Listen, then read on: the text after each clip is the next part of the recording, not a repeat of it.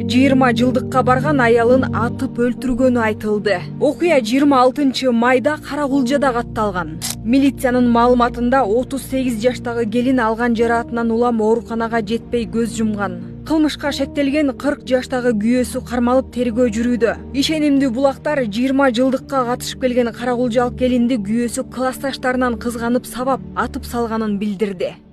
Кечээ 27 майда социалдык тармактарда 20 жылдыкка барган аялды кызганычтан жолдошу атып өлтүргөнү тууралуу маалымат тараган.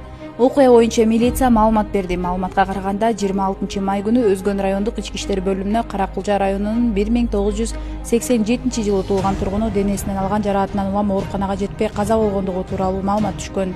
Бул факты каттоого алынып, аймактык караштуулугу боюнча Каракулжа райондук ички иштер бөлүмүнө жөнөтүлгөн.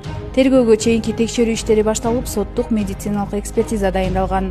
Чогултулган материалдардын негизинде Кылмыш жаза кодексинин 122 беренесинин адам өлтүрүү негизинде кылмыш иши козголуп, ыкчам тергөө амалдары башталган.